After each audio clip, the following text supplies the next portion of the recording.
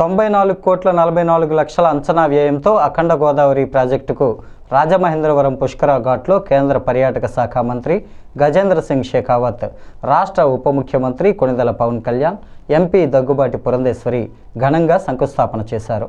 వారికి రాష్ట్ర పర్యాటక, సాంస్కృతిక, సినిమాటోగ్రఫీ మంత్రి కందుల దుర్గేష్ స్వాగతం పలికారు. శంకుస్థాపన శిలాఫలకాన్ని ఆవిష్కరించిన అనంతరం అక్కడ జరిగిన సభలో వారితో పాటు రాష్ట్ర మంత్రులు నిమ్మల రామనాయుడు, కందుల దుర్గేష్, ఇతర ప్రజాప్రతినిధులు మాట్లాడారు.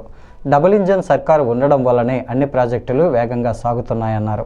2027 నాటికి ఈ ప్రాజెక్టును పూర్తి చేయడం ద్వారా అంతర్జాతీయ స్థాయి పర్యాటకులను కూడా ఆకర్షించాలని సూచించారు. ప్రాజెక్టులో భాగంగా హేవలక్ బ్రిడ్జి లంక, పుష్కర్ ఘాట్, కడియం నర్సరీలు, నిడదవోలు, కోట సత్యమ్మ దేవాలయం, గోదావరి కాలువను సర్క్యూట్గా ఏర్పాటు చేయనున్నామని దుర్గేష్ తెలియజేశారు. ఎమ్మెల్సీ సోము వీర్రాజు, ఎమ్మెల్యేలు ఆదిరెడ్డి వాసు, గోరెంట్ల బుచ్చయ్య చౌదరి, బత్తుల బలరామకృష్ణ, మద్దిపాటి వెంకట్రాజు, నల్లమిల్లి రామకృష్ణారెడ్డి, రూడా చైర్మన్ బొడ్డు వెంకటరమణ, పర్యాటక శాఖ principal secretary Ajay Jain, collector Prashanthi, JC Chinnaramudu తదితరులు ఈ కార్యక్రమంలో పాల్గొన్నారు.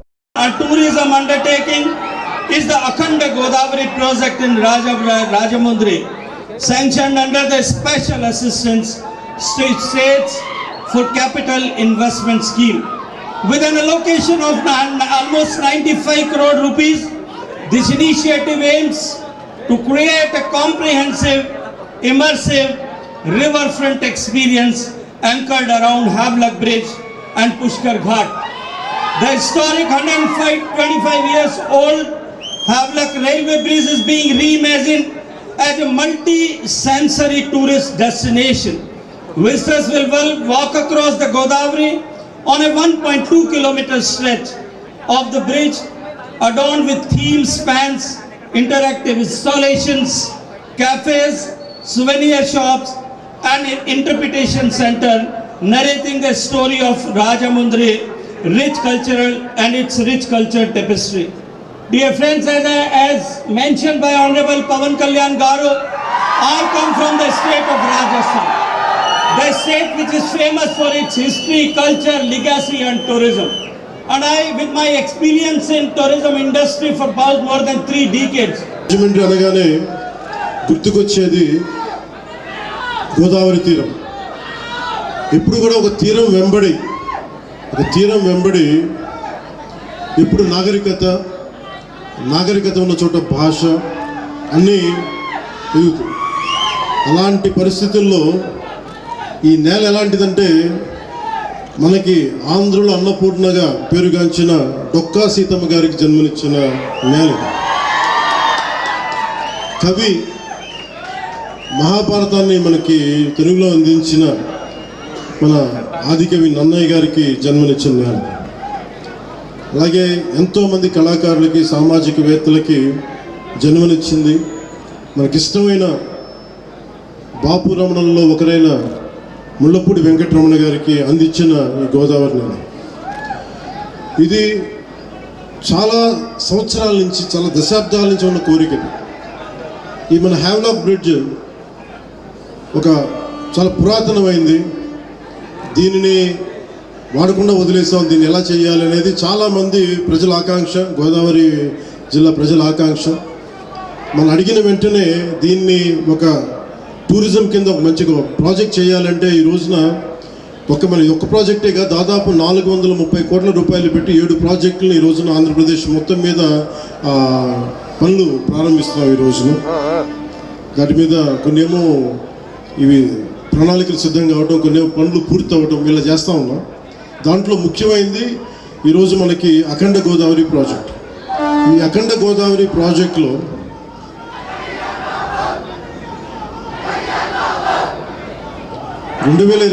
ఎన్నికల సమయంలో ఎన్డీఏ కూటమి నిర్ణయించుకుంది ఈ రాష్ట్రాన్ని అన్ని రంగాల్లో సమగ్ర అభివృద్ధి సాధించేలా పనిచేయాలి. దాంట్లో భాగంగానే గౌరవ ముఖ్యమంత్రి శ్రీ నారా చంద్రబాబు నాయుడు గారు ఆ రోజు మేమందరం కూటమి భాగస్వాములు అందరూ అనుకొని ప్రతిదీ కూడా ముఖ్యంగా పర్యాటక రంగంలో ఎక్కువగా యువతకి ఎక్కువ ఉపాధి అవకాశాలు ఉంటాయి. అంటే మీరు ఊహించుకొని దీనికే ఈ చేస్తున్న ఈరోజు ప్రాజెక్ట్కి ముందుగా స్టార్ట్ దాదాపు ఒక 800 మందికి ఎంప్లాయ్మెంట్ దొరుకుతుంది దీనివల్ల. ఇవన్నీ కాకుండా దాదాపు 4 లక్షల మంది, పూర్తయితే 4 లక్షల మంది కనీసం సంవత్సరానికి పర్యాటకుల మినిమం అని, అంతకుమించి పైకి వెళ్ళే అవకాశాలు చాలా ఎక్కువ ఉన్నాయి. దీనికి గౌరవ ప్రధానమంత్రి గారు నరేంద్ర మోదీ గారు ప్రత్యేకించి ఇందాక సోదరి భారతీయ జనతా పార్టీ అధ్యక్షులు శ్రీమతి పురంధేశ్వరి గారు చెప్పినట్టుగా మీరు డబుల్ ఇంజిన్ సర్కార్ అంటే అది పదంలాగా ఉండిపోద్ది. మీకు తెలుసు కదా, మీరు బైకుల్లో, నేను ఎప్పుడు గోదావరి జిల్లాలో తిరుగుతుంటే మీ బైకుల సౌండ్ నాకు తెలిసి ఎలా ఉంటాయి, కారణం ఉంటాయి, బైక్ సౌండ్ చెవులు చిల్లులు పడేలా ఉంటాయి. ఎందుకని మీరు కోరుకుంటారు? సీసీ ఎక్కువ ఉండాలి, పవర్ ఎక్కువ ఉండాలి ఇంజిన్లో. పవర్ ఎంత ఎక్కువ ఉంటే ఇంజిన్ అంత ముందుకెళ్తుంది. అలాగే డబుల్ ఇంజిన్ సర్కార్ అంటే ఇక్కడ మన శక్తివంతమైన మనకి ప్రభుత్వం ఉన్నప్పటికీ కూడా కేంద్రంలో కూడా అంతే, దానికి 100 ఇంతులు మించిన శక్తివంతమైన నాయకులు, శక్తివంతమైన ప్రభుత్వం ఉంటే మనకి ప్రాజెక్టులు చాలా అవలీలుగా అవుతాయి, వెంటనే చాలా తొందరగా పూర్తి చేయొచ్చు. అందుకనే దీన్ని మనం డబుల్ ఇంజిన్ సర్కార్ అంటే ఆ పదం మీకు అర్థం కావడానికి చెప్తున్నాం. మీ బైకులు గుర్తుపెట్టుకోండి, వేగంతో ఎంత ముందుకెళ్తాం, కాకపోతే వేగం మనకి గమ్యానికి చేర్చేలా ఉండాలి.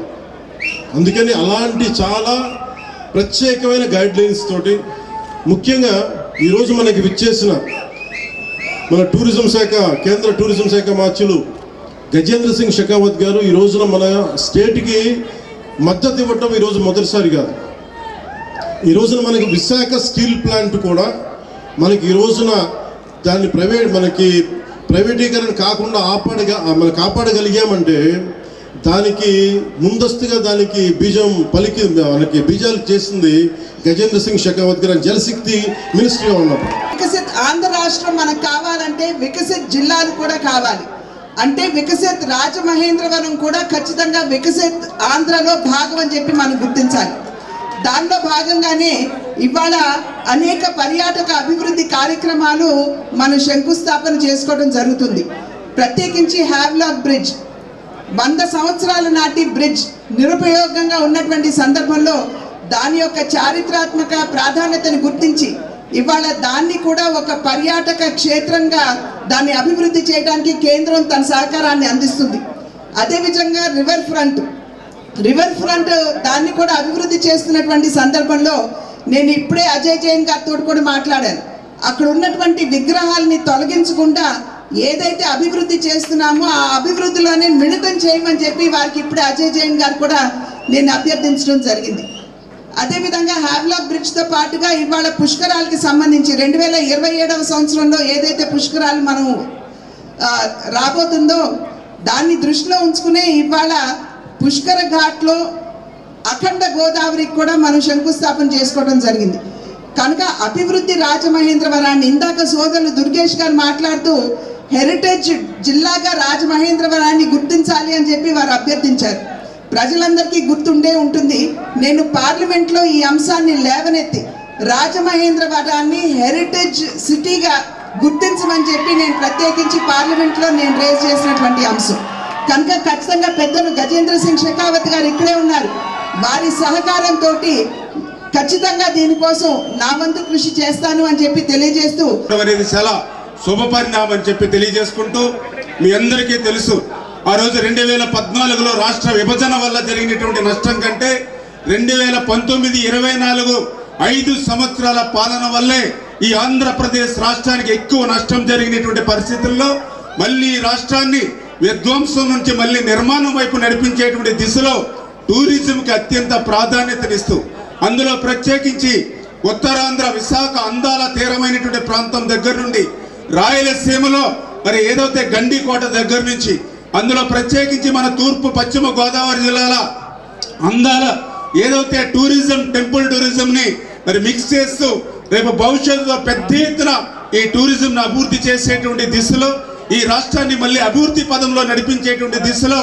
కష్టించి పనిచేస్తున్నటువంటి చంద్రబాబు నాయుడు గారికి, పవన్ కళ్యాణ్ గారికి ఎంతో అండదండలు అందిస్తున్నటువంటి మన ప్రియతమ ప్రధాని నరేంద్ర మోడీ గారికి కూడా ఈ సందర్భంగా కృతజ్ఞతలు తెలియజేసుకుంటూ సెలవు తీసుకుంటాం. సత్తమ్మ తల్లి టెంపుల్ కానీ వీటన్నిటినీ కూడా ఒక సర్క్యూట్గా ఏర్పాటు చేసి ఒక అద్భుతమైనటువంటి డిపిఆర్ తయారు చేసుకుని దాని ద్వారా కేంద్ర ప్రభుత్వంలో ఉన్నటువంటి గజేంద్ర సింగ్ షెకావత్ గారు మనకి తొలి నుంచి కూడా సంపూర్ణమైన సహకారం అందించి దాన్ని ముందుకు తీసుకొచ్చారు.